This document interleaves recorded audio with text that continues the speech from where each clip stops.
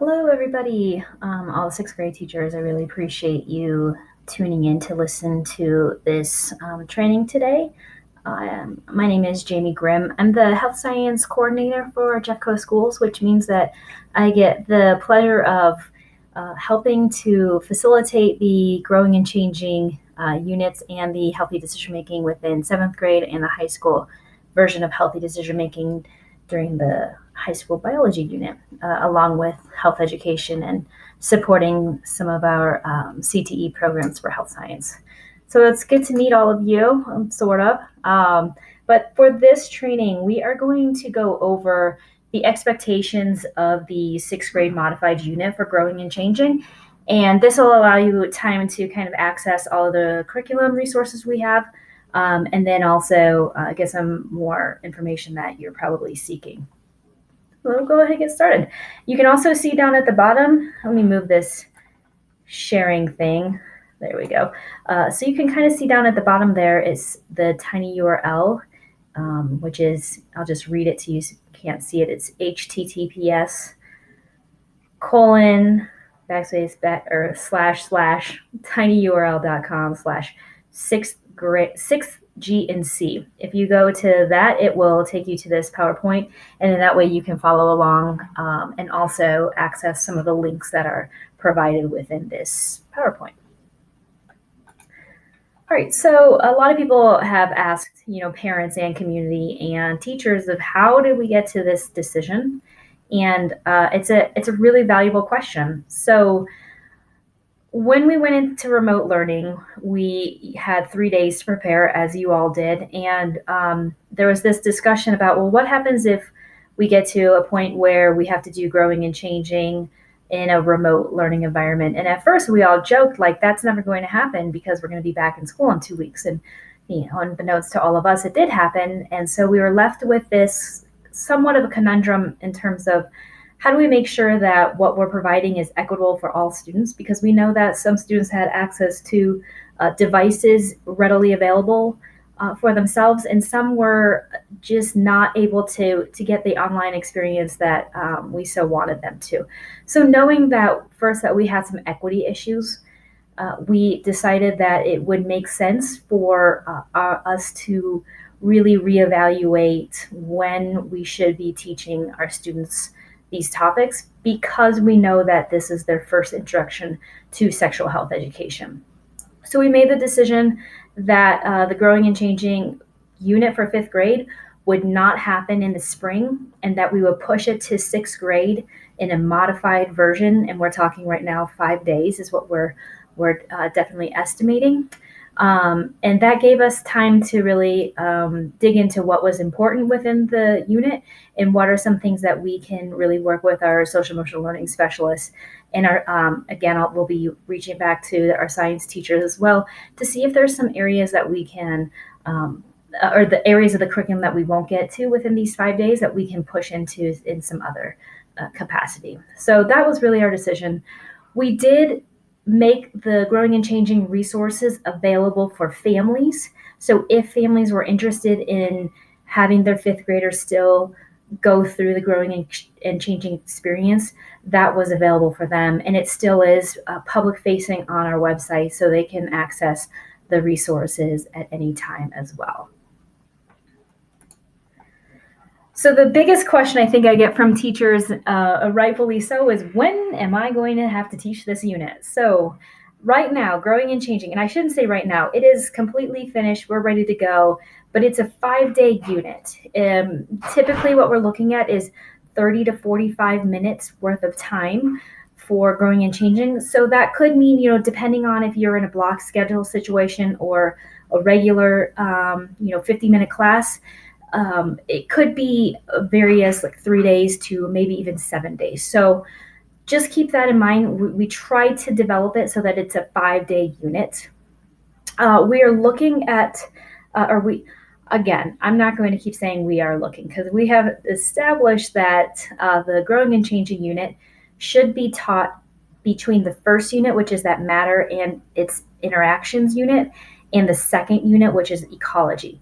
So knowing that it's a 5-day unit, what we're asking teachers to consider is that it be completed, that the Growing and Changing unit be completed no later than October 23rd. So that gives you some flexibility to really decide on how long you want your matter and interaction unit to be, and if you need to take some of that those days and condense them or modify them along with the ecology unit, and you can kind of do that. So we're just asking all schools finish or complete the Growing and Changing unit no later than October 23rd. And if there seems to be some discrepancy about that, and you're not sure you can make that work, just let us know, and or let your building leader know, hey, I can't do it, but I will do it by, November, whatever. That's fine. We're flexible. It was just kind of, we know that it really helps folks when they have kind of an end date. So how do I access the materials? Great question. All of you at this point are really familiar with Bridge to Curriculum. And so we have made sure that all of our resources are within Bridge to Curriculum at this time. And it's going to be funny. I'm actually going to navigate right now to that. And I'm saying it's going to be funny because it's not a huge amount of resources on the Bridge to Curriculum site for Growing and Changing, because we try to condense it into one document so that every resource was just available on that one document. So here's my homepage. Much like yours looks, I'm going to go to 6th grade science. There's that tiny little sliver right there of 6th grade modified Growing and Changing unit. Click on that. All right, so on the left-hand side, you're going to see here, it says 6th grade modified Growing and Changing unit. And that is it. So we only have one resource, makes it really simple for everybody, we hope. And this takes you to what you see up here, a complete teacher guide. So you can see here, there are 5 pages. First, it kind of takes you to some of the information that we want you to know, information with families, which I'll share in a little bit, link to the presentation that we're doing right now, and then some key important info as you go through the Growing and Changing unit. And then we get to lessons for each chapter. So as I said, it is divided into 5 days, and we have created what's the teacher guide. So each one of these links will take you to a step-by-step guide of how to implement that day's lesson. It has procedure, and again, we wanted to simplify this as best as we could for all of you, because we're so appreciative of you actually, having to change your units around in order to accommodate this. So we are trying to make it as simple as possible. So if there's parts where it doesn't feel simple, please let me know, and we will modify that the best we can. So each day has a procedure, step 1, step 2, what we want you guys to do. And it still needs some work because we need to update some links in there. But that's once you'll have a teacher guide. And then each day you have a student presentation. And so the student presentation it's a PowerPoint, and I hope you're not thinking to yourself, oh my gosh, I have to read through these PowerPoints. Nope, we made it even easier for you, all of you. So it will be a voiceover of me going through all of these slides. So our students we really modified it. So you can see day 1, it has no more than 10 slides to it. And it's really the first chapter of that Growing and Changing book. I have to tell you all that the best part about this is that I have 2 incoming 6th graders, and they now have to listen to their mom's voice going over all of this information, which makes me really, really happy about that. So that's how you're going to access it. Let me represent this. And again, all those links are available within Bridge to Curriculum. We're also going to show you some other ways that we're going to share that. One being, another question that folks have is, what happens if we have to all be remote? And and also considering that we'll have some of our teachers teaching this already. They already know that they're going to be teaching it in a remote learning environment. So what we did last year for our 7th grade healthy decision making, because we made that completely remote and accessible for our students. So our 7th graders actually did go through sexual health education curriculum in a remote learning environment, and that was really informative for us moving into 6th grade as well. So what we're going to end up doing is that we will use Google Classroom, and we will develop a sample classroom for what you would want your growing and changing unit to be set up as, and how students will access that, and yeah, everything like that.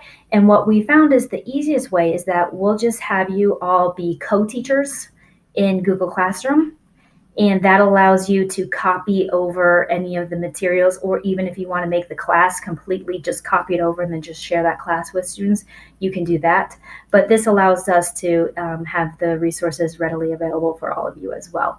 The one issue about making everybody a co-teacher in Google Classroom is that it's limited to about 20 people. And so I'm going to have to set up multiple Google Classrooms that will be exactly the same. And so I'll have to just basically put you all in cohorts. Honestly, let's hope that that isn't the case, and that we can get through a school with in the schedule that we have. But just for those folks that are like, yeah, but I'm teaching all online already, just know that this will be coming, and we'll share that Google Classroom with everybody when we have it finally set up. Okay, so access the resource document. I already showed you where that was within Bridge to Curriculum, but again, let's just go back and really look at it so you guys know what that resource document, so we can kind of look through it together. So this is going to honestly be your teacher guide for the week of learning. Again, it has the link to presentation, which is what we're going over right now. And this other one, this next bullet here down, information to share with families. So growing and changing requires that we share, or that we not only share the information that our students will be going through this unit, but it also allows families to either opt in or opt out for the growing and changing student for their, or growing and changing unit for their students. So you will be required to send a parent letter home. This can be in a digital form, because at this point, all of our parents or families are feeling pretty savvy about it right now. We can also send it in just a paper copy as well. So I will link those on probably before by the time you see this document, because I'm, like 3 days ahead of you right now in accessing this video, but it will have a link to the parent meeting, which is a online video that parents can watch to learn more information about the unit. We will also have parent permission or family permission slips. Those will be in our main languages of English, Spanish, Arabic, Vietnamese, and Russian. So those will be available for everybody. And also we have what's called table talks. So as your students are going through this, we always want that collaboration between families and that partnership. So we send them table talks, which is basically a way for them to start asking their kiddos questions about what they've learned. And so that gives them kind of a feeling that they're involved, which is what we ultimately want for our families to feel, that they are involved. It also gives them some starter questions, because sometimes it's just uncomfortable and awkward. If we're parents, we all know sometimes those conversations can be. So those will be available as well for you to provide for your families. So the other thing that we're going to talk about, and let me just make sure I'm okay. So back to here. Bear with me. Okay, the Wonderbox. So if you've ever had a 5th grader in your life, or if you have talked to 5th grade teachers, you know that some of the best questions that we get are because we have a system called the anonymous question box, or the I Wonder box. And what this is, it allows our students to ask questions in an anonymous way. And we can do this in a couple different formats because we're trying to be flexible in the teaching of this. One is that you can have a face-to-face box, or a one that's just in your classroom. And oftentimes our teachers will make it from a shoebox. It could be an Amazon box, whatever. It just needs to have a slit in it so that students can stick a question in. The other one that we have created is actually an online Google form. And we'll show you how you can copy it, or I'll have honestly, I'll just have directions and a link to how to copy it, and it's within this teacher guide as well. But this just allows that if you are either in an online remote setting, or if you just really want to infuse technology into this class and you don't want to have the anonymous question box, then you can do it in terms of a Google form. And we made it so that the questions go directly to you, the teacher, and it's completely anonymous because it doesn't share the students' email addresses with you either. So it is exactly the way that we want to set it up for the anonymous question box within a classroom setting, and it's exactly the same way that we wanted to do in an online format as well. The one thing about when we do the Wonder Box, or the anonymous question box in a face-to-face situation, is that it doesn't work out when we just say, hey, everybody, I'm going to put the question box over here. And if you have a question, you can just go ahead, get up, stand up, and put it in, or whatever that might look like. Well, then clearly that's not anonymous. So what we always encourage teachers to do is that maybe every day or every other day, you're giving every kiddo a scrap piece of paper, and you're saying to them, hey guys, either write a question if you have one. If you don't have a question, that's okay, but I want you to write something that you've learned so far, or, we're all suffering on this, so at this point, you can even give your teacher a compliment if that's what you want to do. So I always give my students kind of three choices. Like, you're going to ask me a question, you can tell me something you've learned, or gosh darn it, give your teacher a compliment. And that just gives them some options, but that then makes it completely anonymous for our kiddos, and nobody knows who asked a question or who just gave a response. They can also just do something as simple as, I don't have a question right now, and that's okay too. So some of the other things that we're going to go over, or that we just want you to be aware of, is how to deal with slang. We know that our students don't have all the proper vocabulary because this is going to be new to them. So they may use slang and they just don't even realize it. That's okay. We just correct it and move on.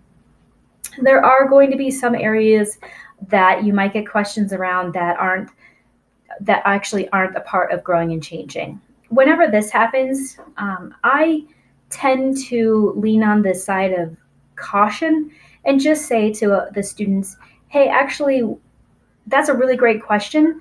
However, we are not covering that in the 6th grade growing and changing unit. So that's something that you might want to go ask your family about after this class, or after when you get home.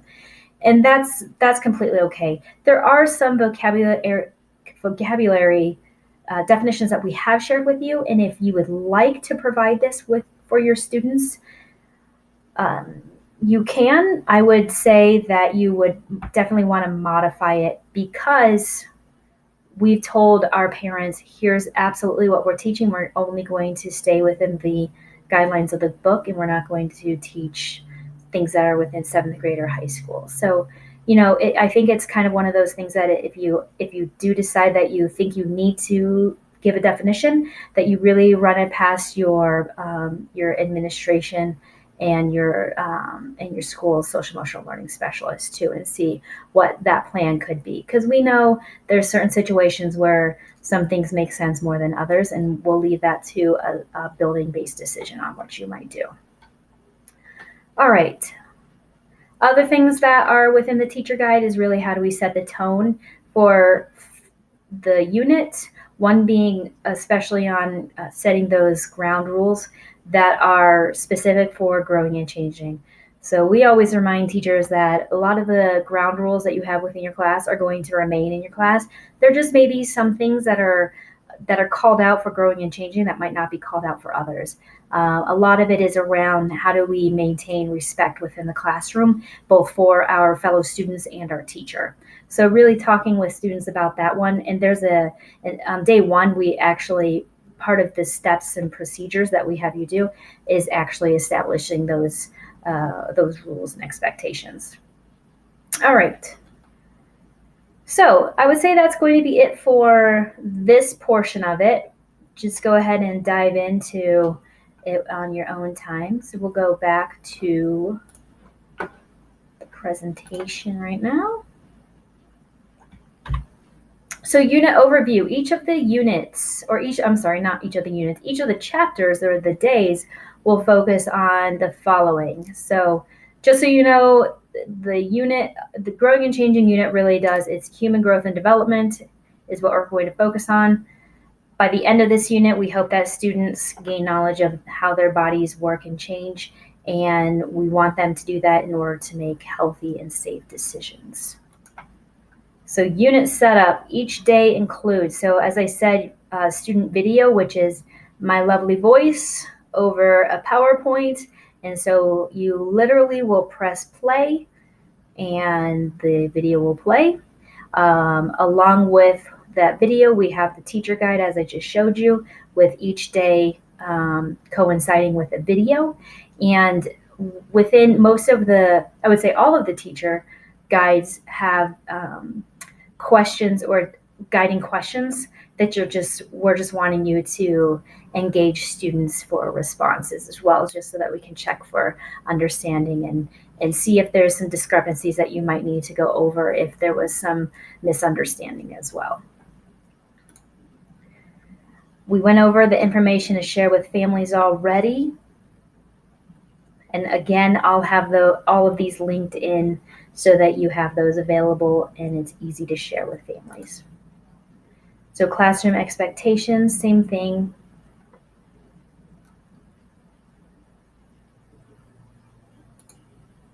All right, so the next few slides, we're going to go over what each day looks like. And so for chapter 1, just so you guys know, we are following the book. The Growing and Changing book is how we base this each of the days. So for chapter 1, it's in the Growing and Changing book. It's literally called What's Happening to Me, and really this is just the focus of puberty. So we'll go over the definition of puberty and then those characteristics or changes to the body as well, including weight, height, voice, hair, and body odor. Lesson 2. This has chapter 2 and chapter 3, just so you're aware. And chapter 2 is all about sexual maturity, including the reproductive system. So some of the information that we go over for that is erections, ejaculations, and menstruation, and understanding those concepts. In chapter 3, it's my changing feelings. So that piece is around, that not only are our bodies looking different, but sometimes our brains and chemicals within the brains are making us feel a little bit different in how we think and feel too. So we have gender and sexual identity and explanation of what masturbation is. So for day 3, it's just one chapter, fertilization. And so this is the one where all of our science teachers say, oh, good, something that I can relate to. So this will be your favorite day, I'm sure. So for this one, we're going over the sperm and the egg and the purpose of both of those in the fertilization process. We go over sexual intercourse as it relates to fertilization, and also IVF. This is something that's not actually taught within the 5th grade yellow book right now, but we've had so many teachers comment that we really need to put it in, that we know that it's going to be in for the next rendition. So we just decided, let's put it in for 6th grade so it's ready to go for when we revise the 5th grade unit. So there will be some explanation as to what IVF is for our kiddos, along with DNA and how and really hereditary traits and how those are established, and then also sex determinant. So for day 4, this is 2 chapters. Let me move that really quickly. So it's all around the growing fetus. So from a cell to an embryo to a fetus, and how we meet the needs of that fetus, and also childbirth and the birth process, including the first 48 hours of life. So really quickly, just to remind everybody, is that we always tell teachers, this is still a science class, and we always try to use scientific terms, especially as we're going over this information, because it can become values-based in the way that we define certain aspects within this unit. One being calling an embryo or a fetus a baby. And so what we do is we completely eliminate, or we try very hard to eliminate, the word baby, because that's actually a values-based term, since some people determine or define when a baby is a baby at different times. So we really try to stay scientific and refer to either as cell at the appropriate time, an embryo during the first 8 weeks of gestation, and then after that, just referring to the embryo then as a fetus. There is a video in chapter 6 about the birth process, but it's a digital computer animated video. Not much to really be controversial about, but you might want to warn your students that there is a video, and if they feel uncomfortable, they can certainly, put their heads down or leave the classroom. There's more of an explanation of it when you get to the chapter 6 or the day 4 teacher guide. So then finally in day 5 is really, it's a lot of information, I'm not going to lie. So if there is at any point where you're like, oh gosh, I wish I think I need an extra day, it would probably be for this particular unit, or chapter. It's responsibilities of young adulthood. And as you can see, it has some pretty heavy discussions in it. So defining healthy relationships. So basically what that means is, we want our students to understand all the different relationships that they might have within their life. And that can be a casual, a friendship, a romantic, or a family relationship. And the purpose of defining what those are is so that we can then have a really deep understanding of what consent and personal responsibility would look like in terms of sexual abuse, especially. So those are heavy topics in itself. And then also we cover substance misuse a little bit within there, and some discussion around harassment as well. So just FYI, day 5 is pretty heavy, and I always recommend to our teachers that going into day 5 or going into chapter 7, responsibility of young adulthood, that they really inform both their school resource officer and their social emotional learning specialist, because you might have some issues where, or you might have some students who are triggered by some of the information that they're hearing. So we want to just have those supports readily available for students who might need to seek that extra counseling and or support. This is also the part of the PowerPoint or slide that I remind everybody that we are mandated reporters, or mandatory reporters. So if you do have a student who has disclosed either sexual abuse or sexual assault to you, that you have to report it. And it's not that we can even go and tell our teacher or our administrator, hey, this was reported. Can you call Child and Family Services? The answer should be that the administrator says no, but I will be there to support you as you make that call, because you were the one that had that first initial interaction with that student. So they're there. Your mental health providers and or administrators are always there and available to help you and walk you through that process, but ultimately it is our responsibility to contact Children and Family Services or Child Protective Services to make that call. I think that is all I want to say about that. All right, so we did go over the anonymous question box, so I won't go over that in any more detail. Just know that it is within that teacher guide, the link to the Google form, so you can see that as well. So the other thing that you want to consider is that when you have the discussion questions at the end, or you're asking students for them to share out some of the questions that they might have, Remember that the three types of questions that you're going to end up getting usually fall into these categories, which is shock questions. And shock means that they're either shocking because of the language the student used. Maybe they use slang, or they said things where you're like, I can't believe a sixth grader actually knows that. Or they're shocking because they're trying to make their friends laugh.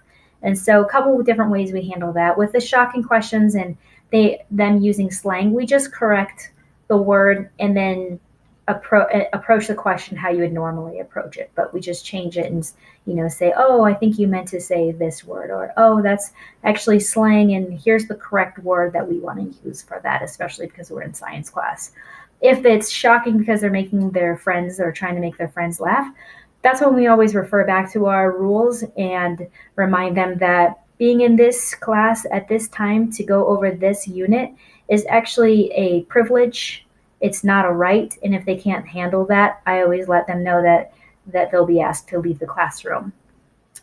Because again, we want to make sure that the rest of our students are completely comfortable in this setting and feel safe and secure. And if we have kiddos that are laughing or making jokes about this topic, it can make our other students feel uncomfortable. The other question or category that you're going to get is scientific. So these are just those questions of, really high level scientific questions that you might not know also, and that's okay. So if you get a question from a kiddo and you're like, that is a really great question and it's very scientific and I feel very comfortable answering it, you go ahead and answer it. And especially if it's within the already existing learning that they've had, you can just refer back and say like, oh, remember on day 3, it said blah, blah, blah, blah, blah. Or if you don't know the answer because it's a high level question and is very detailed and specific, that's absolutely okay too. And you can handle that in a couple different ways. You can say to the student, I actually don't know that question. And that might be something that you need to ask a family member when you get home. Or you can say, I don't know that question, but I will get back to you in 24 hours. So the next day and let you know what that question is or the answer is. So either way you want to handle it is completely okay. The other question that we're going to get is a values-based question. These are questions that elicit multiple opinions based on a student or a family or a community's values and belief systems. So these are the questions that we actually do not answer within a classroom setting at all. And we always refer those questions back to the family or another trusted adult outside of the classroom. So some of the questions that you might get might pertain to permission seeking, like, is it okay to be gay? Or questions of, Miss, when was the first time that you had your period? And if you want to answer it, that's fine. I tend not to answer that question. I just say that's a values-based question because it happens to be personal, and I don't answer those types of questions. So those are the types of questions that you might end up getting for values, and you can just really refer it to the family or the parents. So I messed up and realized that I had a whole slide for just values-based questions. So again, make sure that you're acknowledging the question. Thank you for asking that question. Let students know that is a values-based question, and then that just referring them back to their families or another trusted adult. However, sometimes I recognize there are times when I really do feel compelled to answer a values-based question. And I do this because I might know that that student is struggling and needs an answer in some way. And that's why they're asking, because we are a trusted adult and they don't know who else they might ask about this. I also recognize that there's going to be times where a kiddo may not get this answer at home. So if that happens, what I do is I provide a spectrum response. And so as you can see, my example is that I would say, well, thank you for asking that question. Just so we're clear, some people might believe that, and you give one extreme or one aspect or one leaning spectrum answer on one side. Like if it's that question around, is it okay to be gay? Some people might believe that it's not okay to be gay, and this could be based on their religion, their family belief system, or their background. Some people might believe that it is okay to be gay and that people are just born that way. And then we continue with, however, you feel in this class we treat everyone with respect, and that is a question you can ask your family. So it's really, some people believe this, some people believe that. We respect everybody in our classroom. Go ask your family. So we never gave our personal opinion, and we never really gave opinion as to what is right and what is wrong. We just kind of gave a spectrum response. And that's an absolutely okay way to handle some of those questions as well. All right, so we have finished this PowerPoint. If you have any questions, I'm going to send, with this PowerPoint, I'm going to send a Google form that allows you an opportunity to ask questions through the Google form. I'm also going to have office hours available, and I will send, when you get this video, you're also going to get a list of office hours that are available. So if you want to just have a face-to-face conversation about your concerns or your questions, you can just reach me during those office hours too. So again, look for that within your email that you receive for this, or through Schoology as well, is where we're going to be putting a lot of messaging. So if you have any questions at this time, you can also reach me by email, which is jamie.grimm@jeffco.k12.co.us, or you can certainly call me through 392-2136. I appreciate everybody's time and flexibility with not only going over this PowerPoint, but also for teaching this unit. I cannot tell you how incredibly proud we are to have sixth grade teachers that have really stepped up for us, knowing that this really does have a huge impact on you and your curriculum. So really, really appreciate all that you are doing, and please let me know if there's any way that I can support you as you move through this unit. Thank you so much. Have a great day.